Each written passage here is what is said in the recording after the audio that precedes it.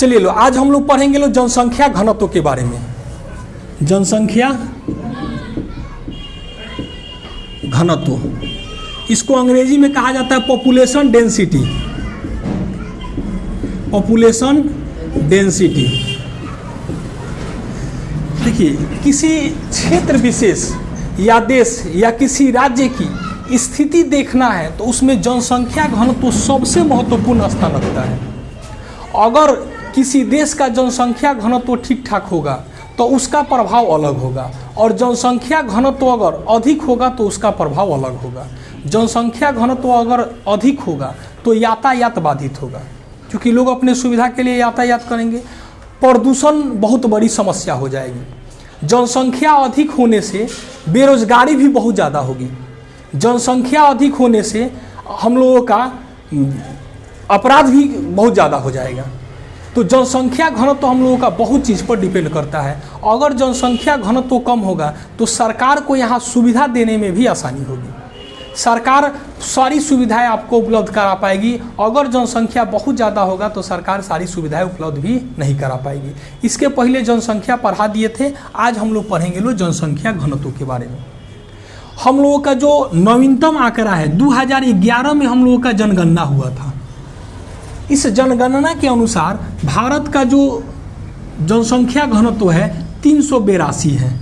जनसंख्या घनत्व जो निकाला जाता है प्रति इकाई क्षेत्रफल, क्षेत्रफल का मतलब लंबाई गुने चौड़ाई, क्षेत्रफल का मतलब लंबाई गुने चौड़ाई, प्रति इकाई क्षेत्रफल में निवास करने वाले जीवों की संख्या को जनसंख्या घनत्व कहते हैं। प्रति इकाई क्षेत्रफल में निवास करने वाले जीवों की संख्या को, जैसे 1 किलोमीटर लंबा और 1 किलोमीटर चौड़ा। तो जीवों की संख्या में मुख्य रूप से हम लोग इंसान के बारे में जानेंगे लोग। तो इंसान जो प्रति इकाई क्षेत्रफल में कितना रहता है उसको क्या कहते हैं लोग, जनसंख्या घनत्व। तो इस हम लोगों का भारत का टोटल क्षेत्रफल कितना है,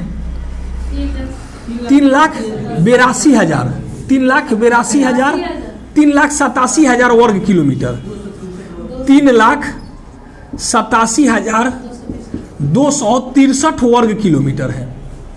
इसमें अगर हम इकाई देखें, इकाई का मतलब होता है कोनो चीज का इकाई, या तो एक इकाई का मतलब या तो 1, या तो 100, या तो 1000, या तो 1 लाख।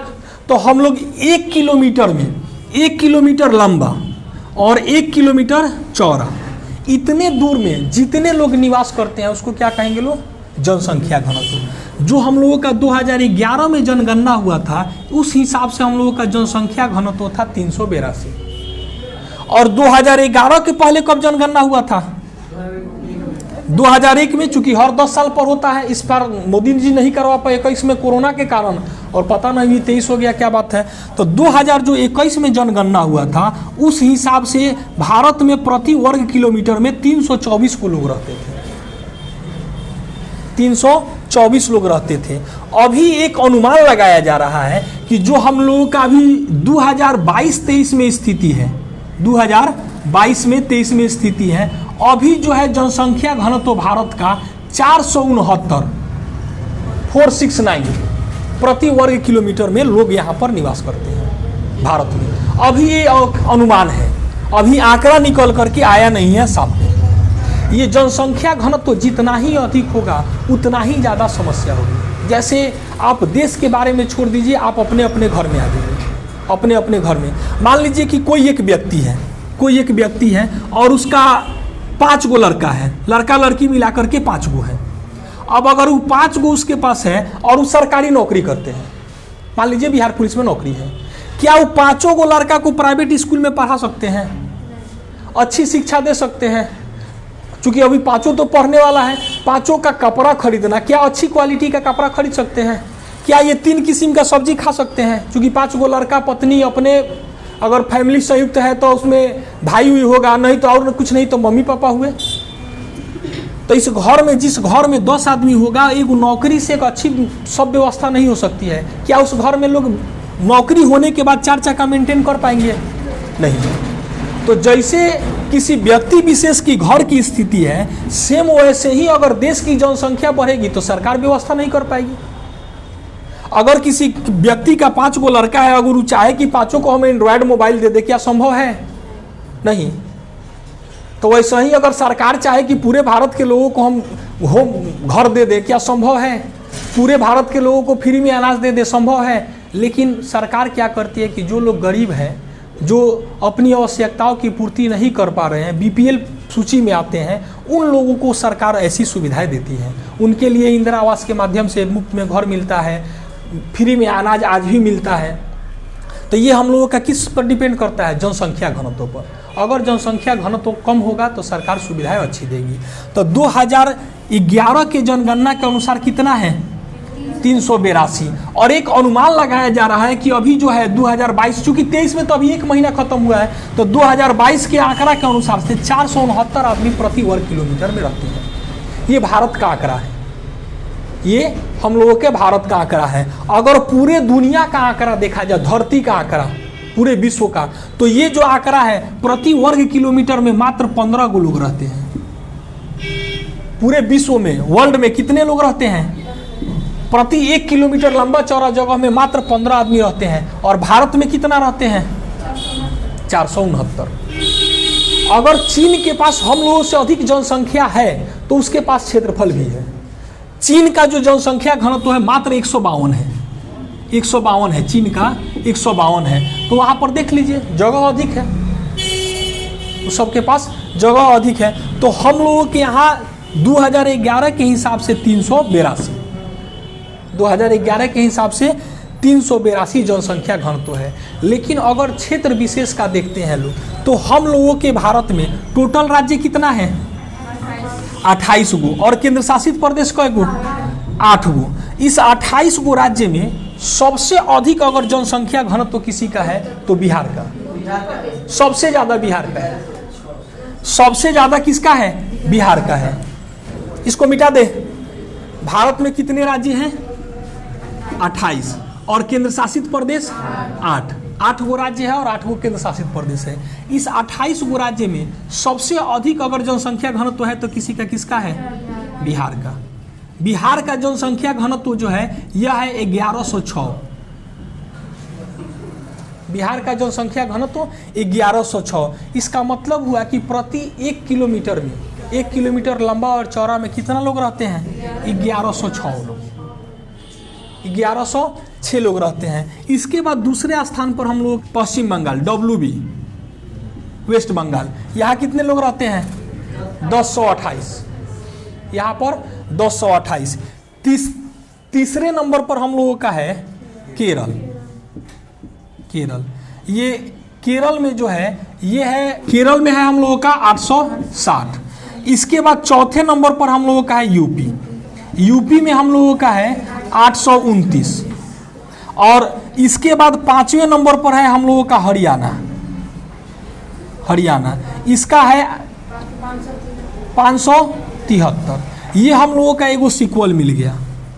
अब जनसंख्या घनत्व के अनुसार घटते क्रम में राज्यों का सही क्रम क्या होगा? तो सबसे पहले बिहार, उसके बाद पश्चिम बंगाल, उसके बाद केरल, उसके बाद यूपी, उसके बाद हरियाणा। बिहार का कितना है?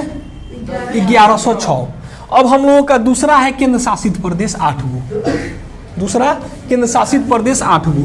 इस 8 गो केंद्र शासित प्रदेश में सबसे अधिक किसका जनसंख्या घनत्व है? दिल्ली का। और सबसे कम किसका है? लक्षद्वीप का। लक्षद्वीप का। ये दिल्ली का जनसंख्या घनत्व जो है यह है 11,226। दिल्ली का जो जनसंख्या घनत्व कितना है? 11,226। जबकि सबसे कम अंडमान निकोबार का है, लक्षद्वीप का नहीं, सबसे कम अंडमान निकोबार का। यहाँ पर है 46 गो। यहाँ पर 46 गो। ये तो हम लोगों का बढ़ते हुए क्रम में था। सबसे कम कहाँ का है? इस तो सबसे बड़का में न है 28 राज्य में सबसे कम। 28 राज्य में सबसे कम गोवा नहीं, अरुणाचल प्रदेश। गोवा नहीं, किसका? अरुणाचल प्रदेश का। अरुणाचल प्रदेश का कितना है? 17 गो। तो सबसे कम जनसंख्या घनत्व किसका? अरुणाचल प्रदेश का। और सबसे अधिक जनसंख्या घनत्व किसका? बिहार का। बिहार की स्थिति हम लोगों की सबसे दयनीय है। बिहार में जनसंख्या घनत्व देख लिए सबसे अधिक, अगर प्रति व्यक्ति आय कहा जाए तो सबसे कम कहाँ है? बिहार में। प्रति व्यक्ति आय माने पर कैपिटल इनकम सबसे कम कहाँ है? बिहार में। सबसे कम साक्षरता कहाँ है? बिहार में। साक्षरता जो है सबसे कम बिहार में है। तो हम लोग बिहार में बहुत पीछे हैं। लेकिन बिहार जो है एगो ऐतिहासिक धरती रही है। महात्मा बुद्ध का जन्म कहाँ हुआ? महावीर स्वामी का जन्म कहाँ हुआ? दुनिया का सबसे बड़ा मौर्य साम्राज्य का कहाँ स्थापना हुआ? बिहार में। मगध का मतलब बिहार। ये आर्यभट्ट का जन्म कहाँ हुआ? बिहार में। तो हम लोगों का बिहार जो है ऐतिहासिक धरती है। आज भी इंडिया का सबसे बड़ा सबसे टॉप एग्जाम यूपीएससी का 20% रिजल्ट अकेले बिहार से आता है। अगर हम लोग यहाँ परसेंटेज में बांटे तो 28 गो राज्य है। तो अगर राउंड फिगर में देखें तो 3-3%। अगर 100 गो सीट है तो एक राज्य को कितना मिलना चाहिए?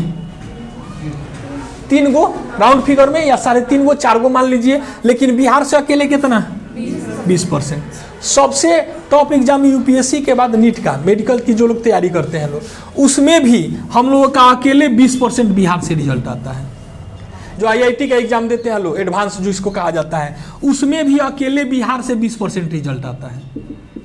तो हम लोग बिहार में ऐसा नहीं है कि केवल बस इस मामले में पीछे हैं लोग, बाकी मामले में भी आगे हैं लोग। अब थोड़ी बहुत हम लोग राजनीति का शिकार हो गए लोग, जिसके कारण हम लोगों का बिहार पिछड़ गया। बिहार जो है राजनीति के कारण हम लोगों का पिछड़ गया। जब देश आज़ाद हुआ था ना, तो उस समय सबसे बढ़िया अर्थव्यवस्था बिहार की हुआ करती थी। बिहार जो है 1 नंबर स्थान पर हुआ करता था प्रति व्यक्ति आय में, व्यवस्था में, साक्षरता में, शिक्षा में, सब कुछ में। लेकिन उसके बाद धीरे धीरे क्या हो गया? इसका पतन होना शुरू हो गया। ये हम लोगों का बिहार का स्थिति है। तो सबसे अधिक जनसंख्या घनत्व किसका? बिहार का। और सबसे कम जनसंख्या घनत्व किसका? अरुणाचल प्रदेश का। एगो सिक्वल हो गया बिहार, उसके बाद पश्चिम बंगाल, उसके बाद केरल, उसके बाद उत्तर प्रदेश। सबसे कम कहाँ का? अरुणाचल प्रदेश का। दुनिया में दुनिया का जनसंख्या घनत्व कितना है? दुनिया का 15। सबसे अधिक आबादी वाला देश कौन है? चाइना। चाइना का जनसंख्या घनत्व कितना है? 152। वर्तमान में 152 है। और हम लोगों का जनसंख्या घनत्व कितना है? 2011 के अनुसार 382। 2011 के अनुसार 382 और 2001 के अनुसार 324 और 2000 ये हम लोगों का हो गया 11 और 2023-24 कह दीजिए 22-23 इसके अनुसार 369 469 ये हम लोगों का हो गया जनसंख्या घनत्व। ठीक है। अगर जनसंख्या घनत्व अच्छी होगी, कम होगी, तो सरकार यहाँ पर व्यवस्था अच्छी कर पाएगी। सब चीज़ का आंकड़ा अच्छा आएगा। हम लोगों का प्रदूषण भी ठीक ठाक रहेगा, यातायात भी बाधित नहीं होगा, बेरोजगारी भी कम होगी, शिक्षा और शिक्षा यहाँ पर क्या होगी? कम होगी। शिक्षित लोग अधिक होंगे लोग। ये हम लोगों का जनसंख्या घनत्व का प्रभाव भी हम लोगों का हो गया। ये जनसंख्या घनत्व हम लोगों का कंप्लीट हुआ।